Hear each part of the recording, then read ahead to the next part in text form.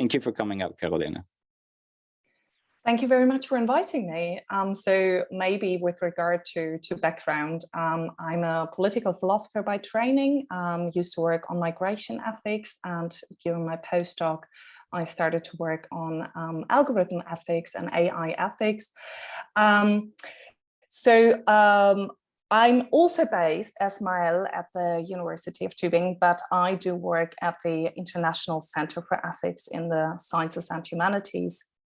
And the Ethics Center is currently on the move, basically. So everything is packed up behind me in moving boxes, just to explain that, only that my new office is not ready yet.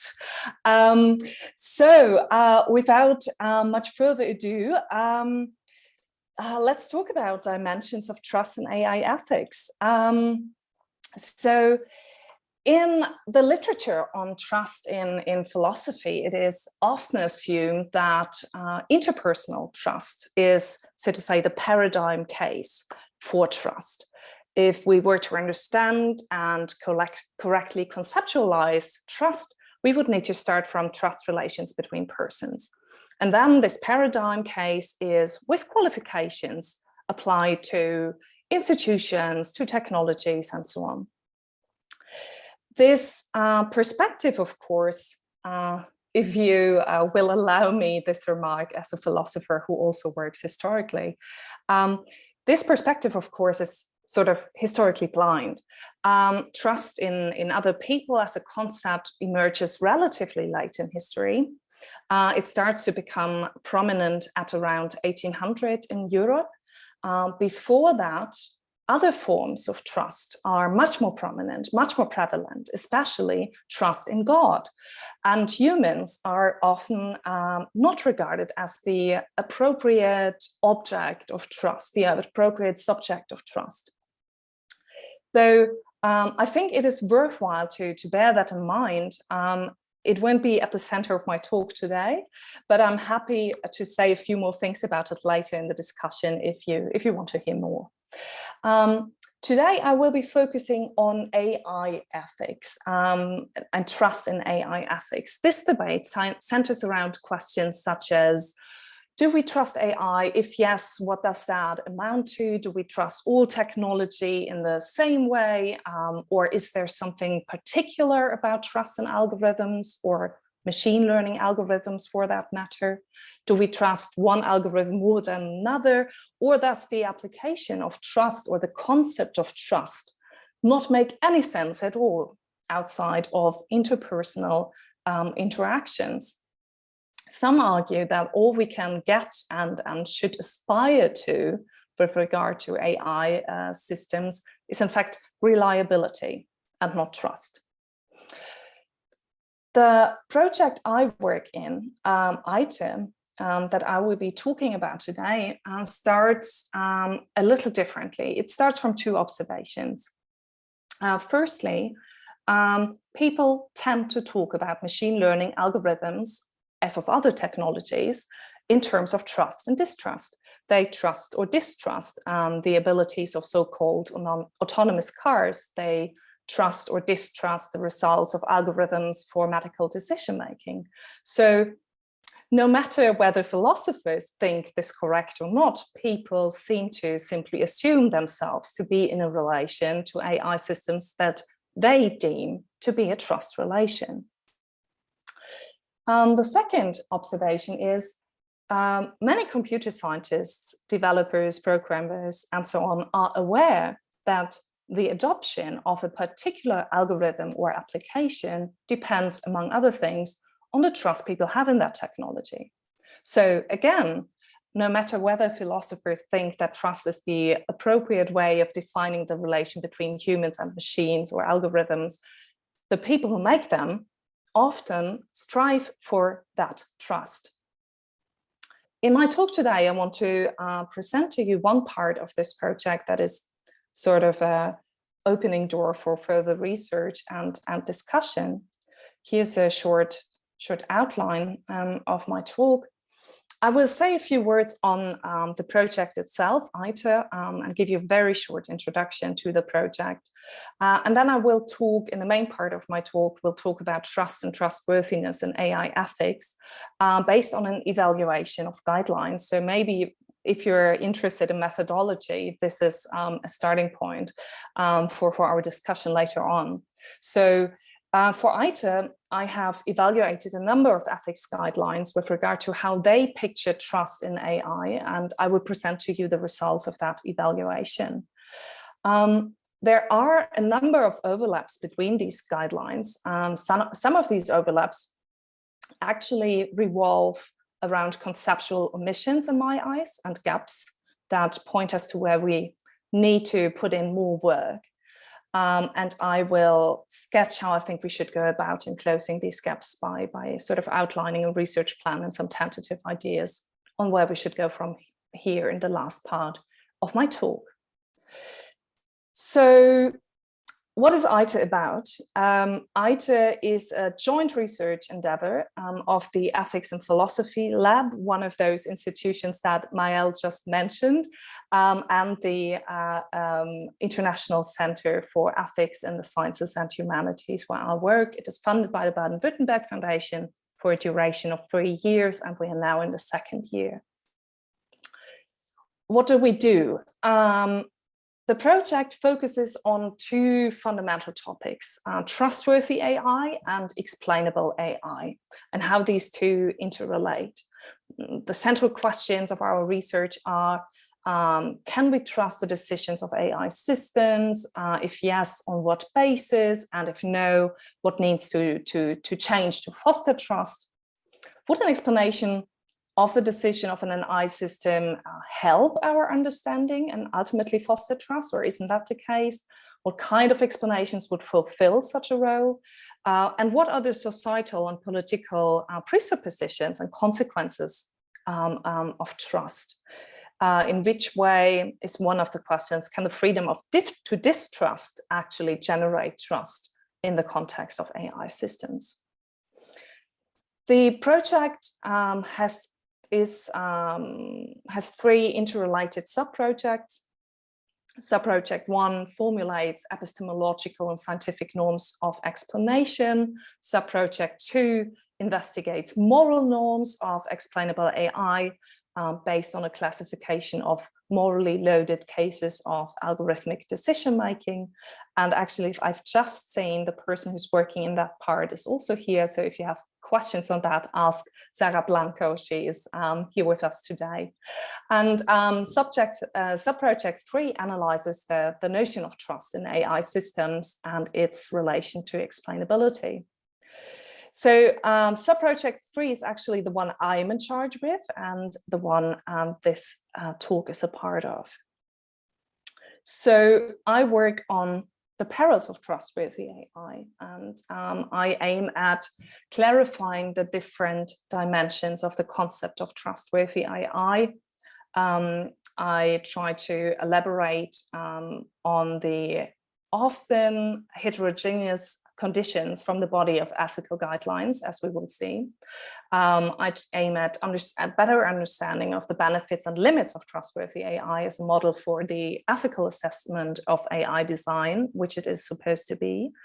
And I explore the politics of trustworthy AI and the implications of demanding trust for AI for society and its democratic structures. Now let's get to the evaluation of guidelines. The past years have seen a rise of publications in AI ethics guidelines and frameworks and white papers with new documents being disseminated every month, basically. So here are a few notable examples.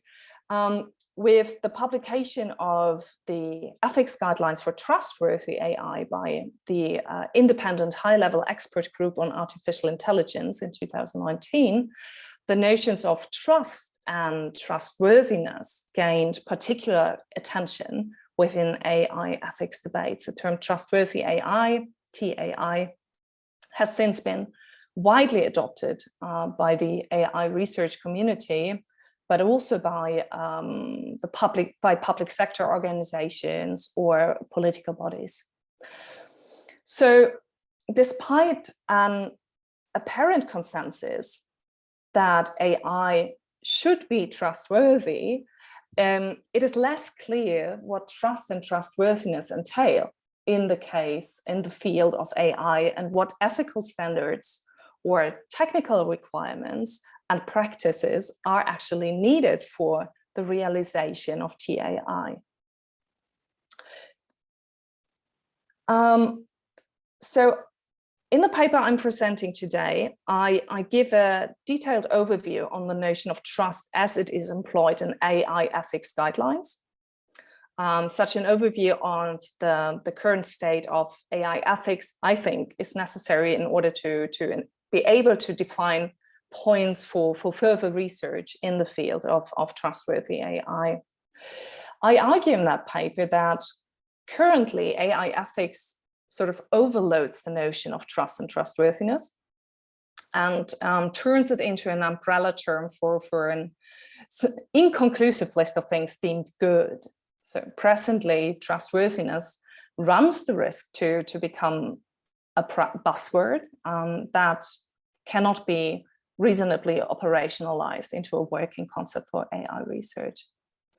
On top of that, we can observe that the notion of trust deployed in AI research so far is mainly an instrumental notion. I also discuss in my paper whether the notion of trust as employed in the guidelines is apt to capture the nature of the interaction between humans and AI systems that we want to describe. What is needed, I argue, is an approach to trust that is also informed with a normative foundation and elements emphasized in research on trust we have already in other fields, for instance, in the social sciences and the humanities. Again, let's talk about methodology here later on. So let me say a few words on the documents I analyzed. In the past 2 years, a few helpful overviews of ethics guidelines, AI ethics guidelines were published. For my analysis, I started from these 5 samples and added documents that were either published after the publication of these 5 overview articles or previously excluded for other reasons that were not relevant for my survey. In the selection of the documents, I made no distinction between framework, guideline, principles, recommendation, and white paper. There's, of course, an extensive overlap regarding the corpus of documents between these 5 overviews.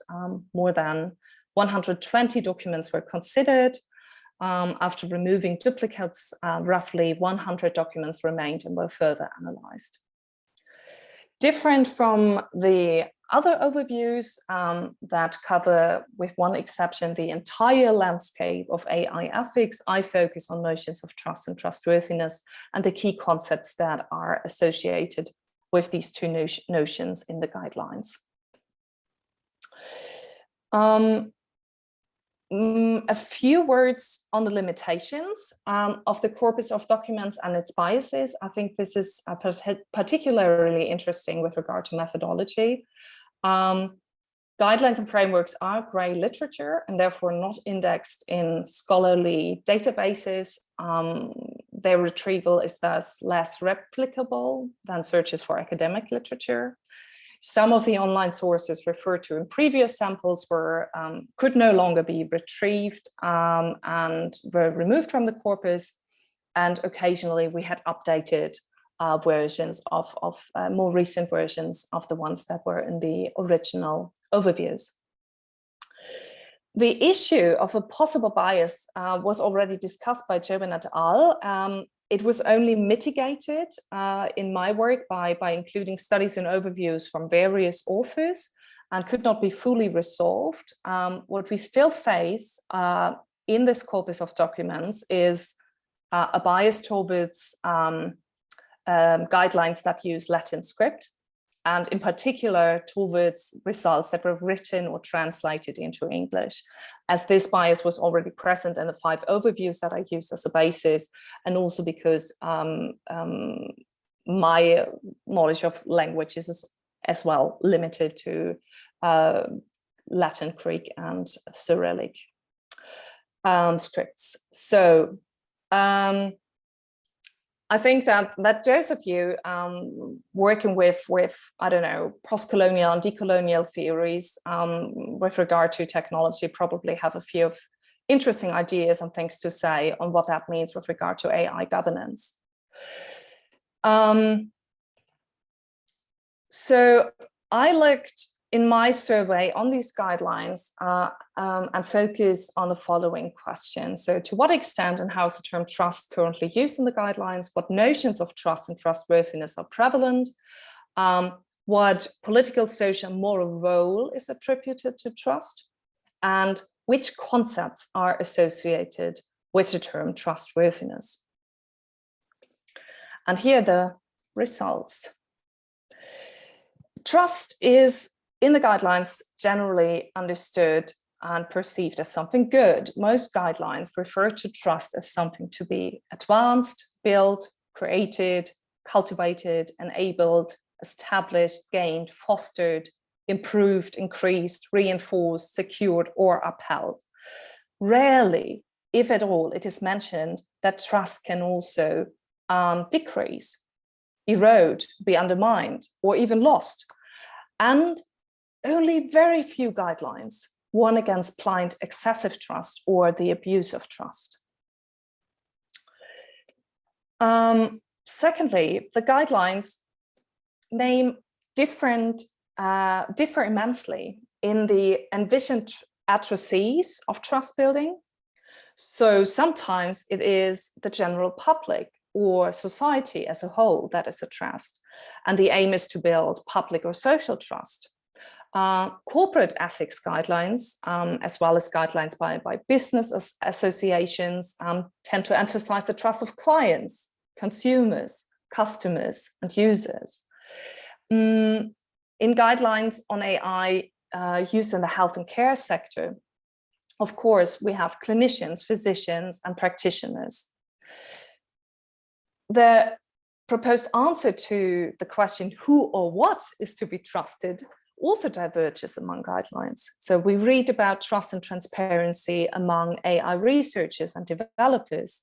Others see developers and designers also, but not solely, as the appropriate addressees of calls for trustworthiness. In yet other guidelines, it is clear that AI systems and applications themselves, as well as algorithms themselves, are the envisioned trustees.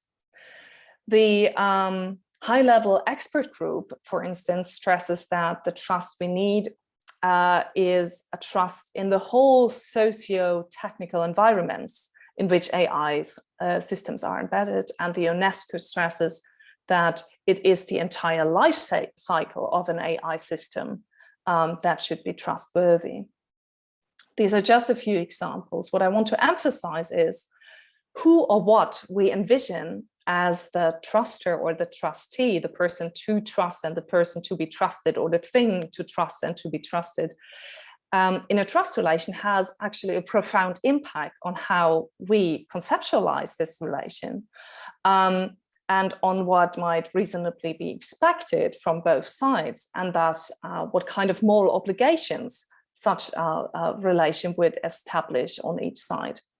So for the ethical assessment, it is not a benign question of who or what is to be trusted when we talk about trustworthy AI. And what is more, who or what is to be trusted, or who or what is to be trustworthy, of course, also has an impact on the technical side of things and the technical operationalization and implementation of trustworthiness.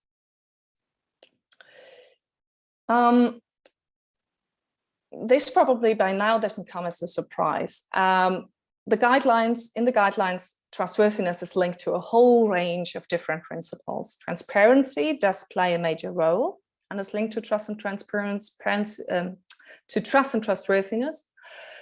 Trustworthiness is, however, also linked to things like reliability, robustness, safety, security, to traceability, to verifiability.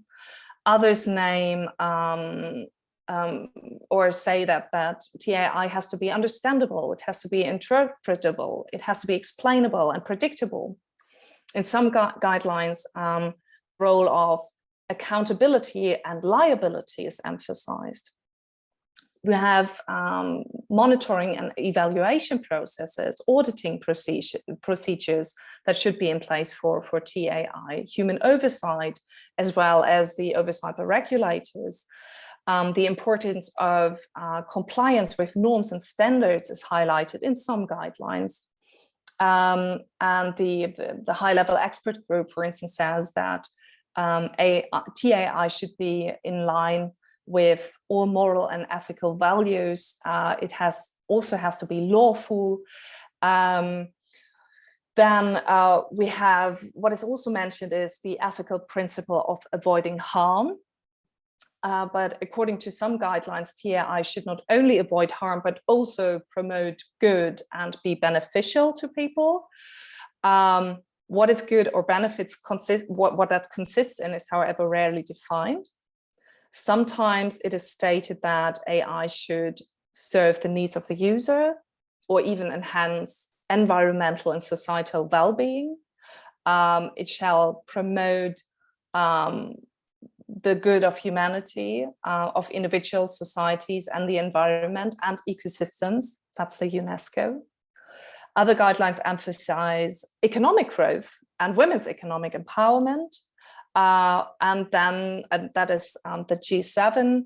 And we also have inclusive growth, sustainable development and well-being on the side of the OECD. I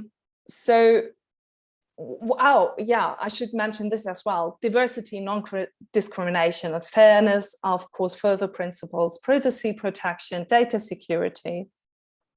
In short, we have a whole range of very different things in this potpourri of trustworthiness. So the connection between trust and a variety of ethical principles is made in the guidelines. No single principle is linked to trust as making AI trustworthy throughout the entire corpus of documents.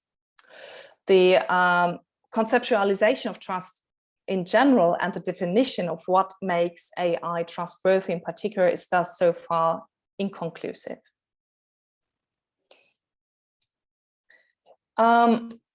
In what follows, I want to discuss important overlaps between the guidelines with regard to trust and trustworthiness. I will focus on these 5 points.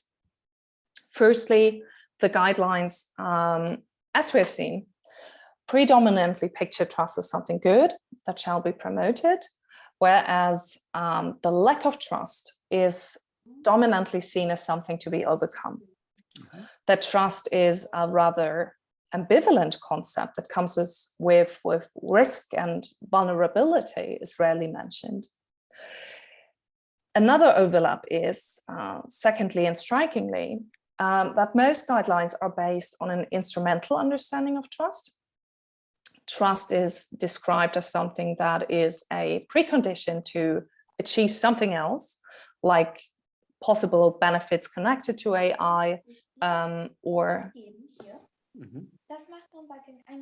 I'm sorry, somebody is not muted. Thank you. There's, though described predominantly as something worth achieving, trust is not perceived as an intrinsic value. So, which is not to say that that is necessarily wrong. I might even agree with that. It is just a notable overlap. Thirdly, in the guidelines, dimensions of interpersonal concepts of trust, institutional trust and social trust and trust in technology are all lumped together with regard to TAI. So all of them certainly play a role and should play a role when we discuss TAI. In what way and to what extent they are and ought to be relevant, however, as well as the question of what aspects of them are desirable in a liberal democratic society with regard to TAI still needs to be worked out and laid out much more precisely. Fourthly, as I've said, no single principle stands out as being mentioned in all the guidelines as making an AI system trustworthy. It is linked, the term trustworthiness is linked to a whole range of very different principles. When one almost gets the impression that everything that is considered good is also supposed to inspire trust, and on top of that, regarded as a necessary condition for AI systems to be trustworthy. We thus run the risk to turn trustworthiness into an umbrella term for all things in general considered good. Related to this point, fifthly, is that possible trade-offs and conflicts between these various values and principles that are supposed to generate trust are rarely reflected, and it is unclear how they would play out with regard to an AI system's trustworthiness, actually. So, where should we go from here? I think it should be obvious by now that we need further clarification on the nature of trust and trustworthiness in TAI. I want to stress here that technologies are always embedded and applied in societal and political contexts that need to be taken into account when talking about trust in AI systems. And we might ultimately not be in need for more trust in the application of AI, but for structures that institutionalize this trust, like binding standards or mandatory auditing and monitoring. And I think that here social and political philosophy can actually help to further clarify matters. Secondly, trust and trustworthiness get easily conflated in the guidelines, as well as in debates on trustworthy AI. From an ethical standpoint, it is, however, of utmost importance to keep them apart conceptually. So, of course, ideally, we only trust things and people that are trustworthy. However, this is obviously not how the trust game works, and people tend to trust things and persons that are utterly unworthy of trust, and they do not trust things and persons that are utterly trustworthy. So this is also relevant for AI design. It is an open-end game, and it might be the case in particular instances that what makes it easier to trust a technology, a specific technology, is what makes it ultimately less worthy of trust. Ultimately, this comes thirdly down to a relatively profound argument to be advanced in the future. I'm just going to hint to that here. So taking the self-determination and autonomy of people serious involves accepting that trust is a game with an open end. It is people's choice to trust or not to trust. Trust can be earned, but it has to also be granted. And I think this needs to be addressed much more in TI research as it is today. Fourthly, due to the kind of land of plenty approach taken so far in putting as many good things under the heading of TAI as possible, the guidelines, as I've said, sometimes join conflicting principles, and in further research on TAI, it has to be addressed how these trade-offs and conflicts between these principles are to be resolved, if they can at all be resolved. The last, but maybe the most important point is that TAI research has to take the ambivalent nature of trust into account. So trust shall help in a widespread adoption of AI systems, and this desire is certainly understandable from, for instance, the perspective of AI developers, but it does not provide us with an ethical argument, right? So we have to talk about the ambivalences and ambiguities of both notions of trust and trustworthiness, as well as the practice of technology adoption, because this is often obscured in the guidelines. we have to address these, I think, not only to sort of appropriately capture the notions and that kind of relation we have to AI, but because trust comes with a number of ethically significant risks. Trust is important, but it's also dangerous, as McLeod put it, and trust makes us, in fact, vulnerable. So we just need further research into the perils of trust with respect to AI systems. And related to this point, I think the call for more trust needs to be monitored very closely. In some cases, it might stand in for an avoidance of strict hard law regulations. The dominant perspective on the corpus of documents is that building trust is a fundamental requirement for ethical governance. In many cases, however, and that's my last sentence, it might be the more ethical decision to call for a robust legal framework and not for more trust. Thank you. Well, wonderful. Thank you so much for this. This was really, really interesting and goes exactly into the questions that we are asking ourselves. So the audience, the floor is yours, of course, for the questions, for remarks or developments. And you know how it works. You just have to put your hand, electronic hand up, or you mark your question in the chat. And in the meantime, I just reading concerning your last phrase. So you do oppose the notion of trust. I mean, it kind of there is a tension in your case between trust, which you understand to be just a moral notion, really, and legal framework, which is something that we could understand in more objective terms, which is something that I share. But then at the end of the day, the notion of trust also appears in legal systems or not. So can you say something more about it?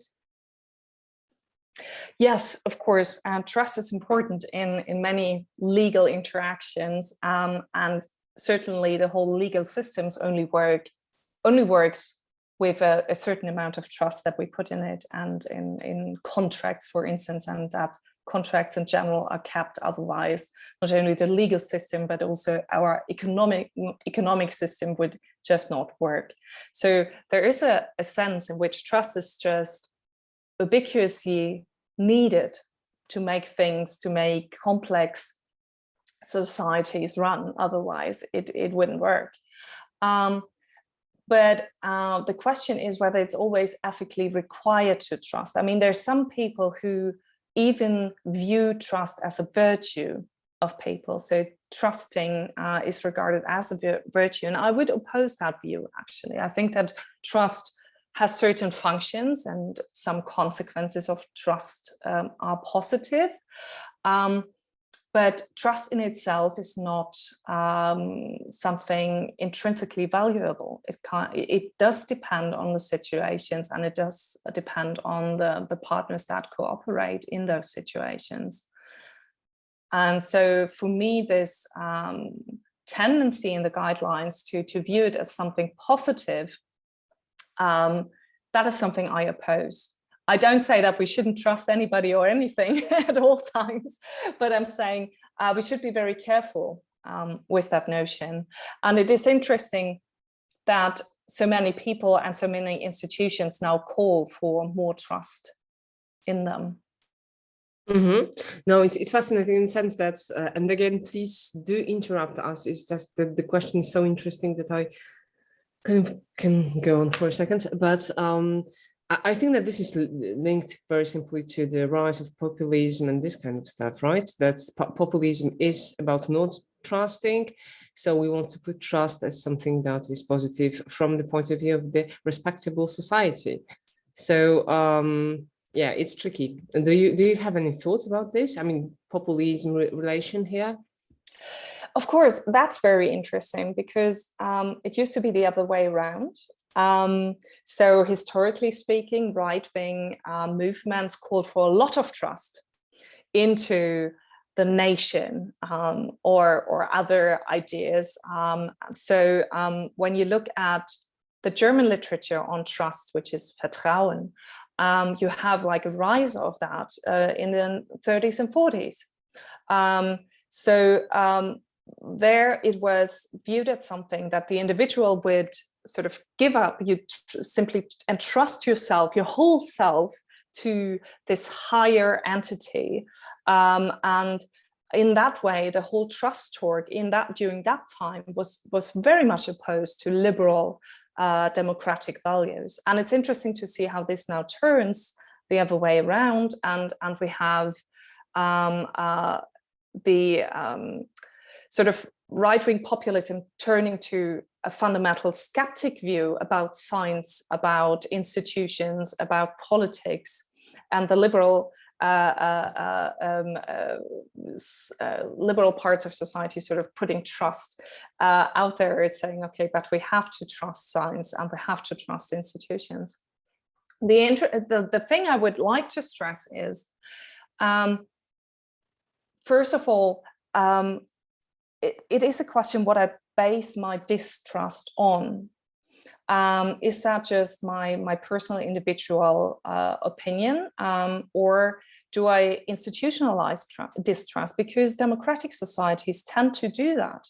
We tend to form structures that are essentially that. We institutionalize distrust with checks and balances, with monitoring, with all kinds of legal possibilities to appeal. So we don't just blindly trust politics, science, and institutions. And of course, the whole scientific process is one of distrust, if you want to, because what we do is we test, or some parts of the sciences test hypotheses. So they distrust the findings we have so far in order to advance scientific research. So distrust in many ways is built into our liberal and democratic ideas. It makes me, of course, think about, so this is another question that, yeah, please just interrupt us again. Cyril wants to say something, so I'll just say that it makes me think about, the trust that the governments needed to build in the context of the application for the corona, right? All the countries. And I had the impression that the governments were like, we have 20 millions of downloads, and we only have 5 million. So it was quite fun to see that it was the trust towards the government was measured by the number of downloads. So it's quite funny. Okay, Cyril. Yeah, thanks for your talk. I was wondering whether you noted some specific national specificities in all the questions that you mentioned, all the dimensions you surveyed. And so, yeah, it's just as simple as naturally I can develop the question in the sense that my feeling is that this question of trust involves many problems, many concepts. Naturally, it should also be influenced by the national specificities, given how things are organized from a legal and social point of view in the different countries. And so just to give an example, concerning the issue of scientific integrity, we have more or less the same situation where we have a notion that needs to be defined, treated across countries, across fields, and many soft law documents are being produced. And here again, we have kind of hodgepodge of different notions. So clearly we have the same types of problems, but clearly for the scientific integrity question, well, if you have a look at the literature, you see that clearly there are national specificities in the ways things are being treated. So the question is, have you noted things like this in your corpus? So I didn't organize my survey so far according to where these guidelines are from, and it would be certainly very interesting to look at the corpus again with that question in mind. What I have noted, and that is just not particular on trust, but in general true. So these cultural differences are rarely at trust. So that these values and principles are, of course, they come with a different historical development in different countries, that the associations we have to the terms are very different. I mean, you have to have a look at, trust is not the term we use, right? So this is just the English notion. And I've been just talking about these issues with Sarah Blanco, who's here today and who's a native Spanish speaker, that already in German, English, and Spanish, the associations we have with trust are so very different. And the histories those notions have and take, and the associations we have with them accordingly are very, very different. So just to give you an example, the German notion Vertrauen is related to trauen, which means to dare. That is something that is not present in the English notion of trust. It is also related to marriage, because trauen means to marry, which of course has some kind of connotation that you're giving your whole self to that other person. But so we have these ideas of risk involved, existential risks involved already in the notion of trust. And then, of course, in English, you have those Latin-based and more Anglo-German roots of the term. So we use trust in English, but you also have confidence, which has an entirely different history and notion. So just to say that these notions have a history and they come with very different associations. And that is also true of the principles and values that are mentioned. Of course, we can all agree that it would be good if only AI systems were promoted that benefit society. But what that benefit consists in varies, and not only over nations and cultures, but within our respective societies, there's probably a lot of diversions with regard to what is a benefit for society. Okay. So my follow-up question is, what do you think, given all this diversity, of uses, but also of goals and cultural background, as philosophers, what should be the implication for the type of work we are supposed to do? Should we just say, okay, we come back to our Adventine and just say, okay, we're just going to try to give you some good fruitful notions, or are we just engaged in some kind of sociological work in which we are just going to say, okay, look, this is our types of things that you are doing, and we are just going to, so we have to take into account the different uses of the concepts, and these are facts, and we don't have to reorganize everything, and we should just try to make some local clarification work, just like maybe in philosophy of ordinary language, of this kind of things. So what do you think should be the general implication for the type of philosophical work we should be doing and how we should do it? I think that different methodologies have their right here, and depending on what you're trying to aim at. I'm not a fan of sort of this tidying up philosophy. So where you take a notion that is manifold and has many associations, and then you just say, no, this is all wrong. And there's this one way to look at it. I'm not a fan of that.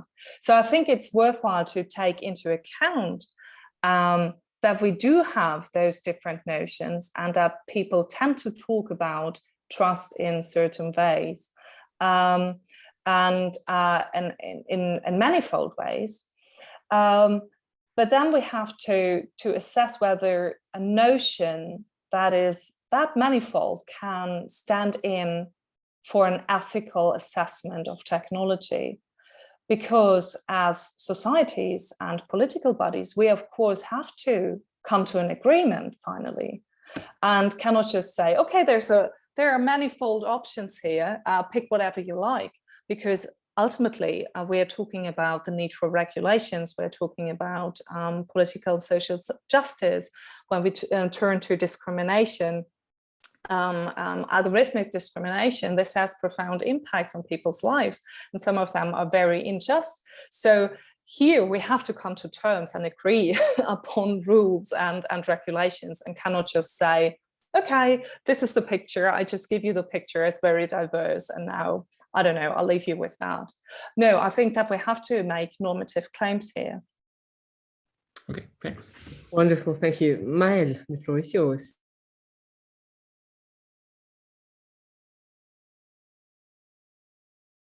Could you unmute, please? Yeah, sorry, I I'm unmuting for some reason. Thank you for your talk, Karoline. So I had, well, two questions wrapped into one, maybe your one question divided in two parts, I don't know. The first is that it's a bit hard to, I would like to know whether you agree with this, but it seems to me that probably trust and responsibility have a special place among values that are promoted in ethical guideline AIs, in the sense that they're really more part of institutional rhetoric.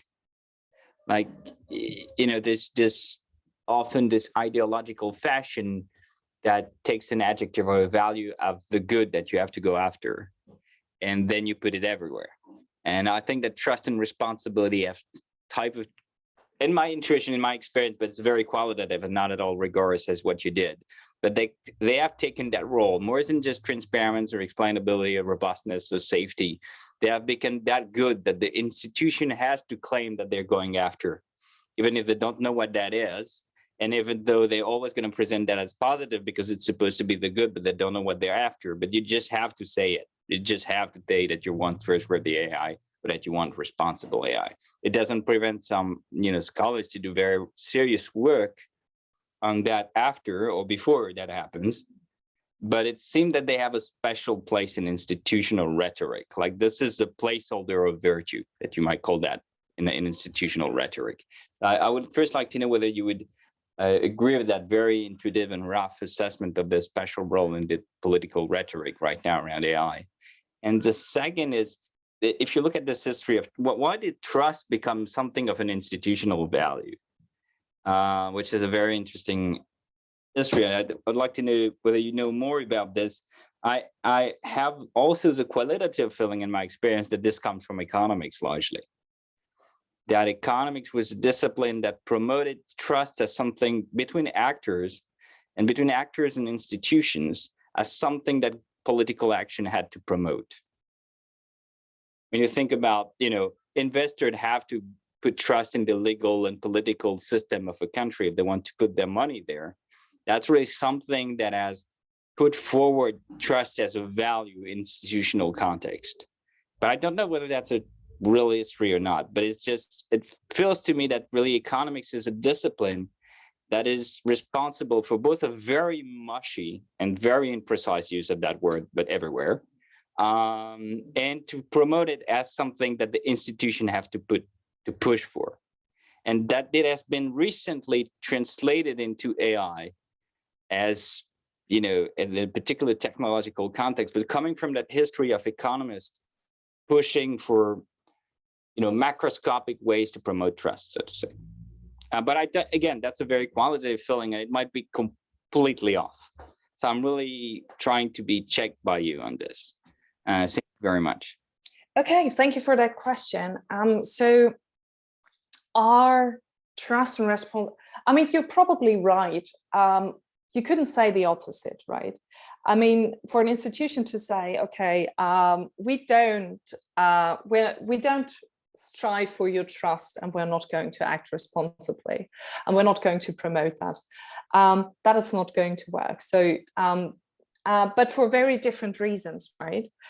Because in the first case, because institutions require trust in the very sense that their establishment, their workings are based if they don't rule with violence alone, they are based on trust, and that people in general believe that this is working. This institution, with a wide institution, notion of institution, this institution is providing certain things, gives me some kind of security about the outcomes of my actions in a way, in multiple ways, but it exists it holds, it will be there tomorrow. So there's some kind of trust involved in all institutions. With responsibility. But what I wanted to say is, well, interestingly, the literature and philosophy would say the opposite, would say that the paradigm case for trust is interpersonal, as is the paradigm case for responsibility is personal responsibility. I'm, as a person, are responsible for my acts. Trust is only, as a relational principle, as a relational notion, only possible between persons. I don't necessarily agree, but this is like the predominant reading of trust and responsibility. When it comes to history, I only mentioned it briefly in the introduction, and I'm really happy to get the chance to talk about that more. So the trust that is prevalent and prevalently discussed up until like the late 1700s and around 1800 is trust in God. So that is what you trust. This is like the ultimate thing for trust is God. You sort of have like derivative ideas of that when it comes to trust in kings and queens, but that solely because they are it is God's will that they are in place, so, and in power. So and then in the 1700s, what is discussed is trust in doctors, actually, and interestingly, and medical treatment. And then around 1800, trust in persons becomes like a huge thing. And how does it become that? Because friendship plays an important role in the intellectual world in the 1800s, in Germany, in France, in many other places. Friendship and what friendship is and what you entrust to your friends is discussed, and trust plays a very important role in those discussions and debates. And then only later on, this is applied to institutions. Before institutions, parallel to that maybe, but I would need to look into that again. Institutions and technologies, and how you trust certain technological developments. But that is something that comes later, and I think it comes later because after the French Revolution and the later development of democratic governance throughout Europe and spreading of democracy throughout Europe, you have this notion of processes and institutions that are to uphold institutional security. And it's not a person, it's not the monarch, it's not the sovereign, it's processes and institutions. And that's when the trust talks comes in. So it is not, maybe it turned into more of an institutional notion, but it was not by origin. Economics. I think you're absolutely right when it comes to the workings of economics, and there's a lot of literature on that, because you need immense amounts of trust for economies to work, especially complex economies that we live in, where you have money, where you have credit, and all these things that require that you trust not only institutions but also persons, and that you give an assessment of the trustworthiness as a form of credit, and the question of whether people are going to keep their contracts or not. But for economy, the kind of trust you want is very different from the kind of trust we're talking about with regard to AI and with regard to persons, because for economy, you want rational trust all the time. you don't want blind trust, you want rational trust. You want to have good proof or good benchmarks and variables that you need to sort of determine whether somebody is trustworthy. And so in that way, the trust that we deal with in the economical interactions is very different from the kind of trust that we call for politically. Long answer, sorry. Perfect, thank you so much. Sarah, the floor is yours.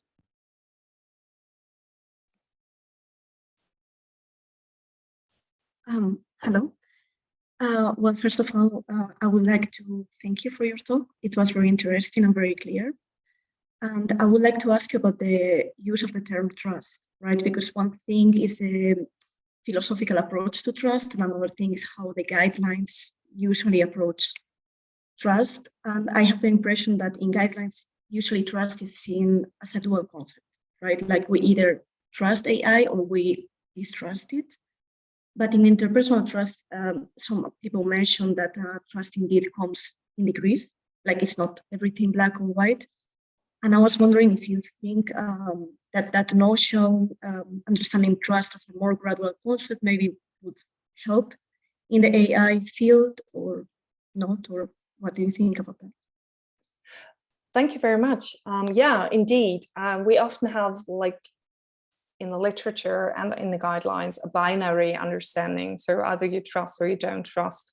And there's no notion, or rarely a notion of, like, that you gradually, that you have, that trust is a gradual notion, or that you gradually build trust, and that you might trust persons with certain degrees of, I don't know, your money, your secrets, your friendship, but not others, and that might actually change. And exactly the last point, I think, is responsible for that we don't find that. But because what you also note in those guidelines is there is no,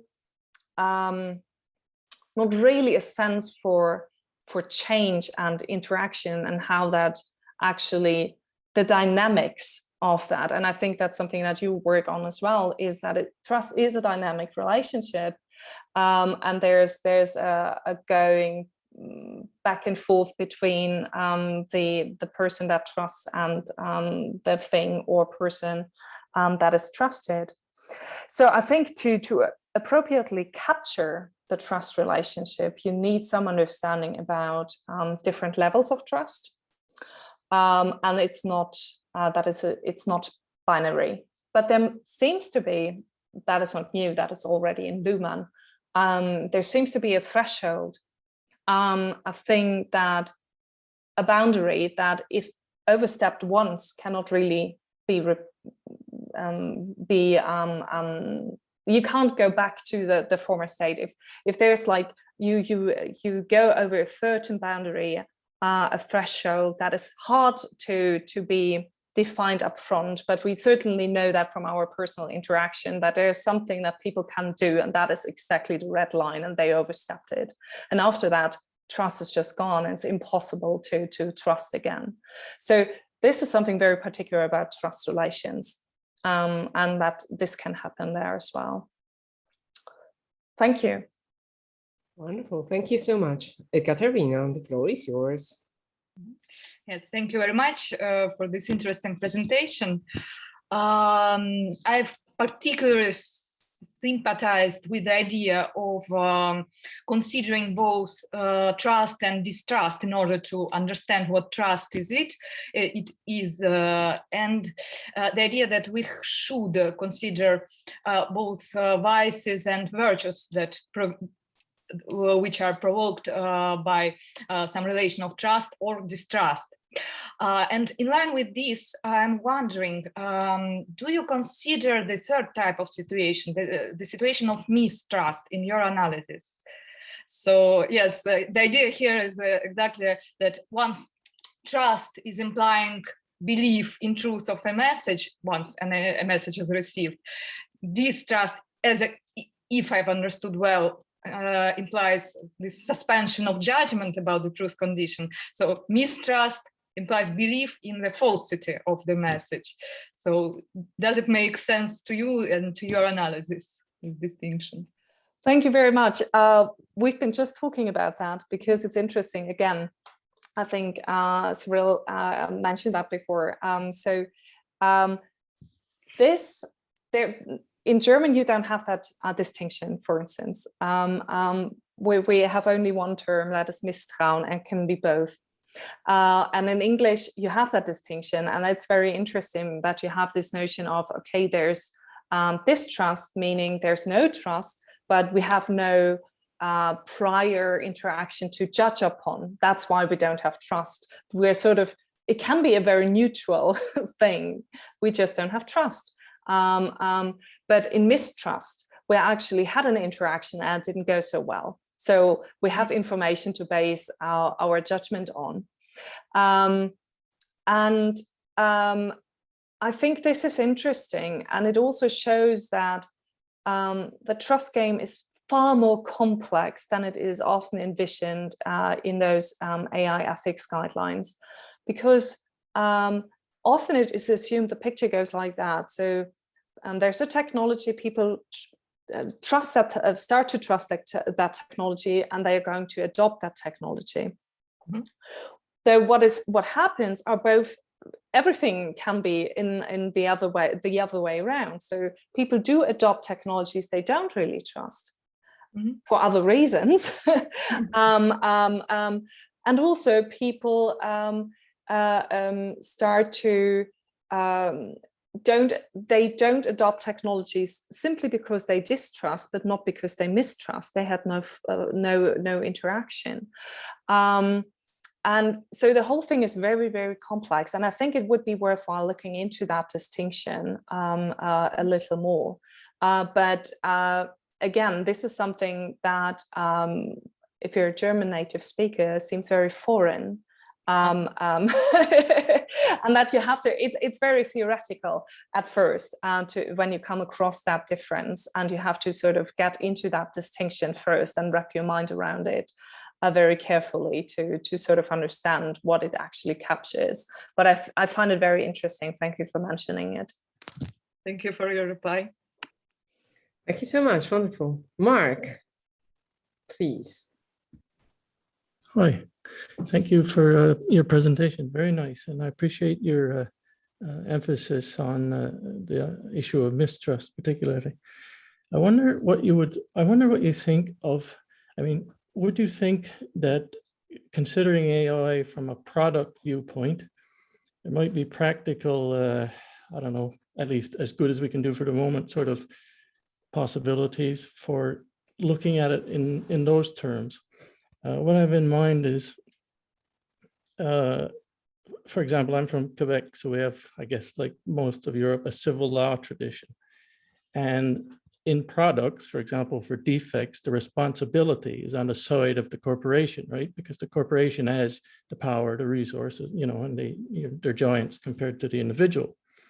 So viewing AI in that sense as a product, could we get by on the issue of trust by reframing it in those terms, do you think, where we make like big tech responsible for, problems with trust? Thank you very much. The interesting thing about other industrial products, or let's frame it differently. AI systems, or for that matter, machine learning algorithms, work differently from other industrial products in many ways, because the logic of their development is, first of all, the logic of their development is different. That is probably the first point. So you have a logic behind it that is, you marketed a thing, an AI, an algorithm, an application very fast, and you know that there are bugs in it that you then so there are mistakes in it, and you have to later sort of correct them and in the process when it's already running and out there. That is something you don't do with planes, for instance. You don't just let them go up in the air and then see whether they fly actually or don't. And we have a lot of like regulations around industrial products in a certain way that define their reliability and actually ultimately give liability to a lot of misfunctions to the companies that built them. Whereas the problem with machine learning algorithms is they wouldn't work that way. You have to put them out there, and there's a certain degree of personalization that just happens to be built in the process when it's already out there. And so it's a different logic behind when and how do you bring these products onto the market. And also there's a different logic of how they become what they're supposed to be. You can build a plane and never sell it, but you can't do that with machine learning algorithms in many ways. You have to you have to train them in many ways. And there you already have an interaction with society and political systems. There's not the final product, but we do have this sort of logic behind it, that you have several versions of something that are always updated. When you find those, I'm sorry, Mael, I can't really focus on the chat as well and on my response. Maybe we get to that later. So what I'm trying to say is, it seems to me that the production circumstances with typical or classical industrial products are a little different from what we have in digital systems and AI in particular. That's probably what I wanted to say. I thought you might say that, but then I wonder, if I may take another one, I wonder how much of that in a sense is marketing, because there are calls in some of the empirical studies of trust and anthropomorphism of AI and so to view the AI as a tool and nothing but a tool.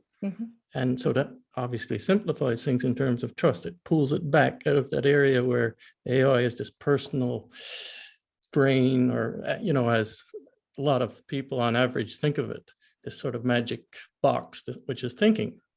Or you pull back and you say, okay, it's a tool instead. And then you might maybe avoid some of those problems. But so I wonder how much of that is a, you know, a clever sort of PR stunt on the part of big tech in a lot of ways. And it draws us into this area where maybe we don't even need to be yet. But anyway, that's the thought. So what would be the PR trick? I'm sorry. Well, I mean, framing AI as this sort of magic thinking thing, when in fact, okay. And I'm a bit biased because I'm working with a project there where it's AI in industry. So it's sort of viewed not quite like, you know, chatbots and things like that, where it's a thinking personality, so to speak, where it's like something spitting out numbers and telling the machine what to do.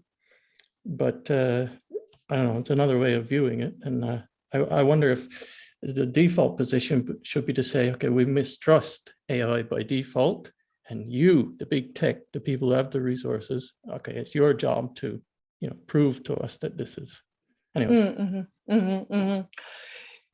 No, I think this would be a wise way in many ways to go about. I think I'm not in favor of the mystifications of AI. So I even avoid the term of AI and talk about machine learning algorithms or something like that. Though this is not the entire field, but that is what we predominantly mean when we talk about AI these days.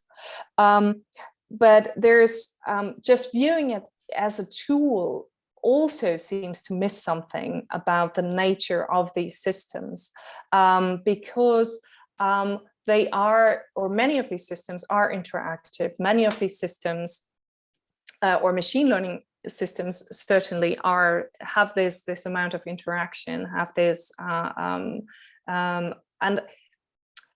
what I'm trying to say is, already with tools, you have this this embedment in social and political structures. Tools are not just tools. Tools are things that are built to be used for certain purposes, and these purposes are predefined by the setting that you find yourself in.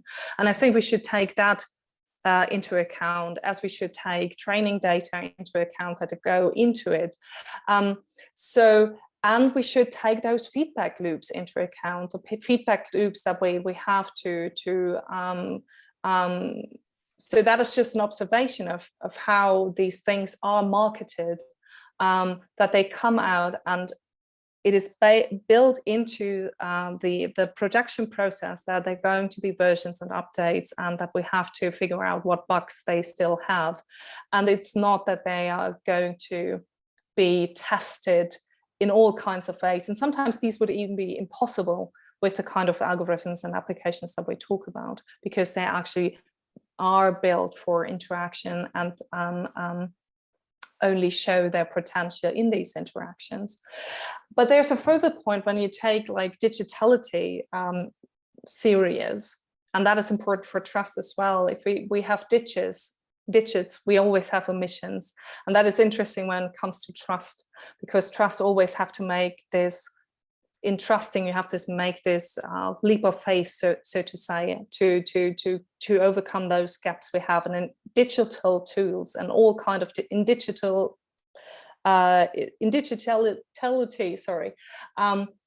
we have always these gaps in between the various digits that sort of kind of give us discrete momentums of reality that we sort of have to jump over to get a picture of the whole thing. Okay, but there are so many more questions, I'm sorry.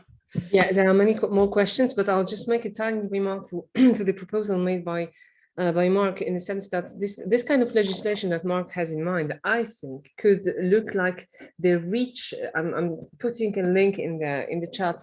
The legislation that was voted by the European Union in 2006 about the chemical substances. So right now, the producers of chemical substances need to prove that the substances are as not toxic as possible. So of course they cannot do every test on Earth, but at least the burden of proof is on their side, and they have to really justify when they introduce a new chemical substance into the market. So I think that something like this could be thought about in this direction. But well, it was just because I like this. This is my favorite European Union legislation, to be honest. I'm fun here. Okay, I think Andrea. Sorry. Yeah. Just a remark. I think, yeah, Mael wrote it as well in the chat, and I think that's important, that software is not a traditional product as it can evolve after deployment, and that is especially the case with the AI. And so in that way, it's not like a classical industrial product. Chemical substances, precisely, you add something tiny and it changes everything. So it can be a little bit similar. But I know what. I think Andreas wanted to ask something, and then Dimitris. Thank you. I have a question.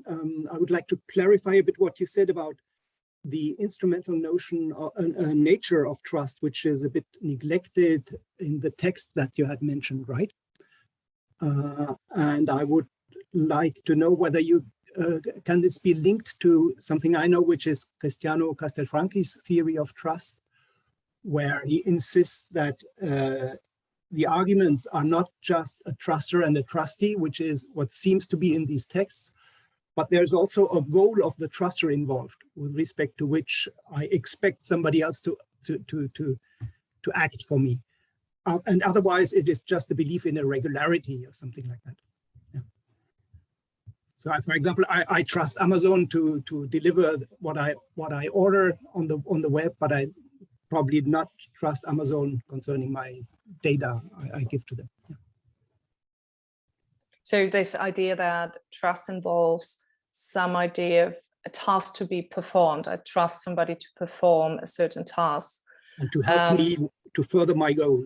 I do have an objective, a goal, and so I trust somebody to perform the task needed to actually achieve that goal.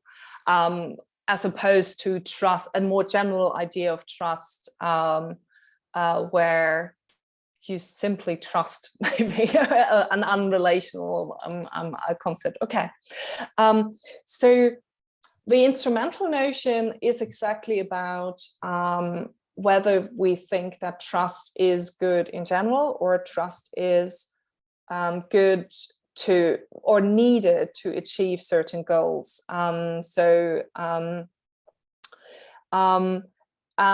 that is where I said, okay, here I'm actually absolutely in line with most of the guidelines. They are very blunt about the idea that trust is something that we need to achieve other things.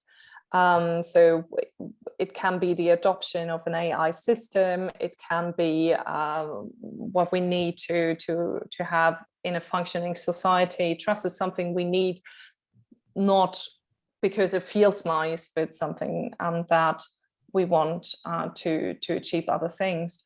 But I'd say there are other notions of trust as well. I'd say that with tools and technology, an instrumental notion of trust is probably the right way to go, but it doesn't capture the whole picture of trust, and it doesn't capture all kinds of trust relations we have.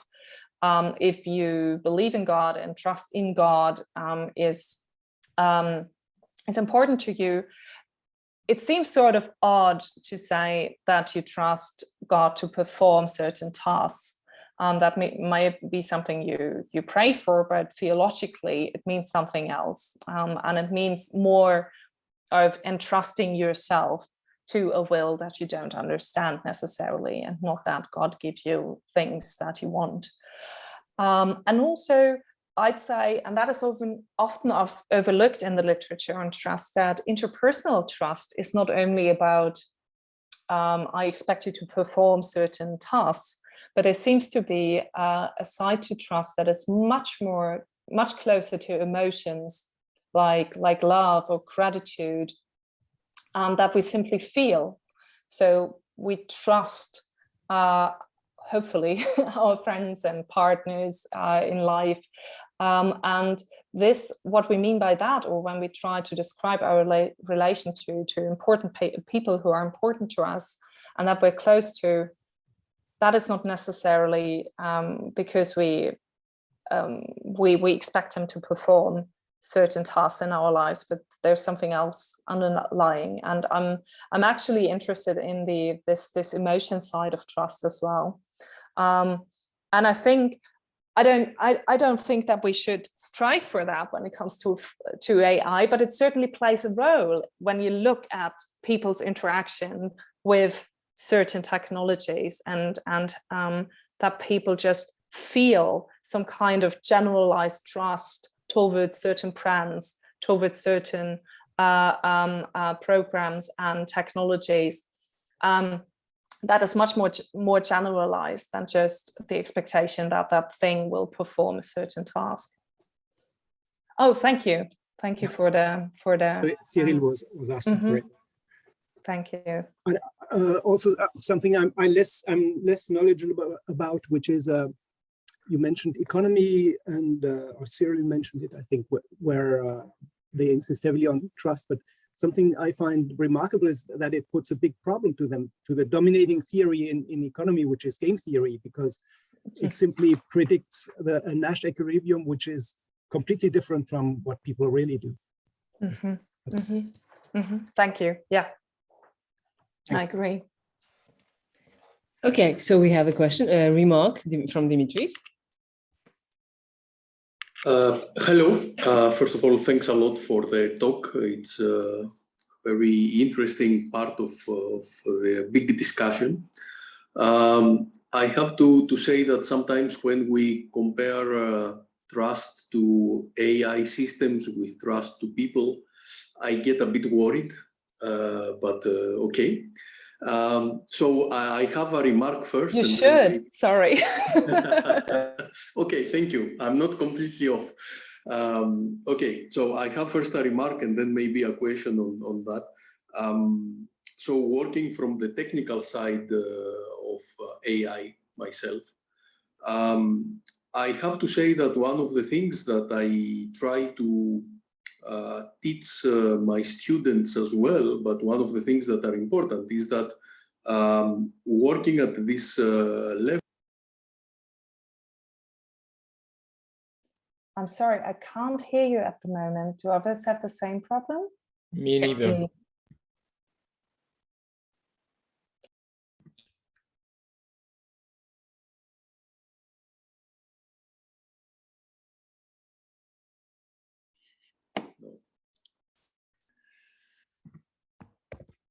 Wow. Yeah, that's great. Yeah. Okay. So I was saying that from the technical part of AI, one of the things that I'm trying to teach my students early on, especially when we are working with machine learning algorithms, is the fact that we have to accept some error. And I think that one of the big challenges in the trust discussion is that we should trust while accepting error as part of the usual functioning of the system, not the malfunctioning of the system. And I think this is something that I don't see being a lot brought forward in the discussion about trust and trustworthy and reliable AI. I understand why. It's very difficult to accept this way of thinking because it's contrary to what we are trained to think. So my question is, does this fit somewhere in what you described? Because what I was a bit afraid listening about mistrust is that it's quite easy to mistrust systems, especially. Is it maybe we could lower somehow mistrust or contemplate a bit mistrust by accepting the fact that we should be aware that there should be some error in the results we expect? And by the way, I liked a lot the introduction of mistrust in this discussion. Thank you. Thank you very much. And by the way, I really like your background. It's my hometown. Perfect. Yes, thank you. I think that relates nicely to what Mark said earlier, or the question and the discussion we had there, because that is exactly what I tried to convey, but you said it so much more nicely. There is a normality of error when it comes to machine learning algorithms. It's just there. So we can't, if we want to have that technology, we can't work with the standards we have for traditional industrial products. It's a different thing in that matter. But that shows how important trust is. Trust in a way captures something. The notion of trust captures something here, because that is actually something we have to deal with in trust relations. That is vulnerability, and that wouldn't exist if it weren't for the very possibility of errors and non-functioning. So in that sense, it captures something about AI human interactions. But however, why then should we call politically for more trust? Or maybe shouldn't we be honest about that? Just be very transparent about that. But it doesn't seem to me an institutional or political virtue to call for trust politically for a technology that has that built into it. It's good to know that. It doesn't mean that we don't have to deploy it.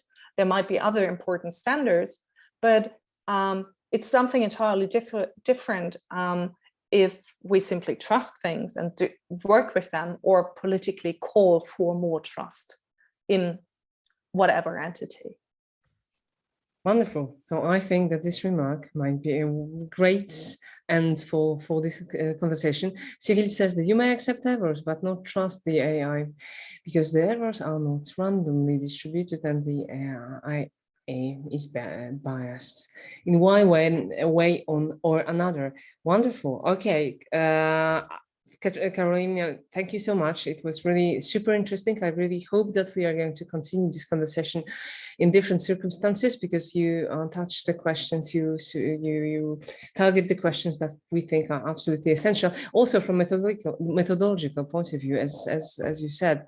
So thank you again, and thank you everyone for having been with us, and see you soon, either in a month, as Miles said, or in a couple of months, because we are going to travel together, hopefully. So, well, lots of adventures. Hopefully that's neither the Pandemics nor the war are going to stop us from thinking about it. And Slava Ukraini, of course. Okay, thank you. Thank you, everyone.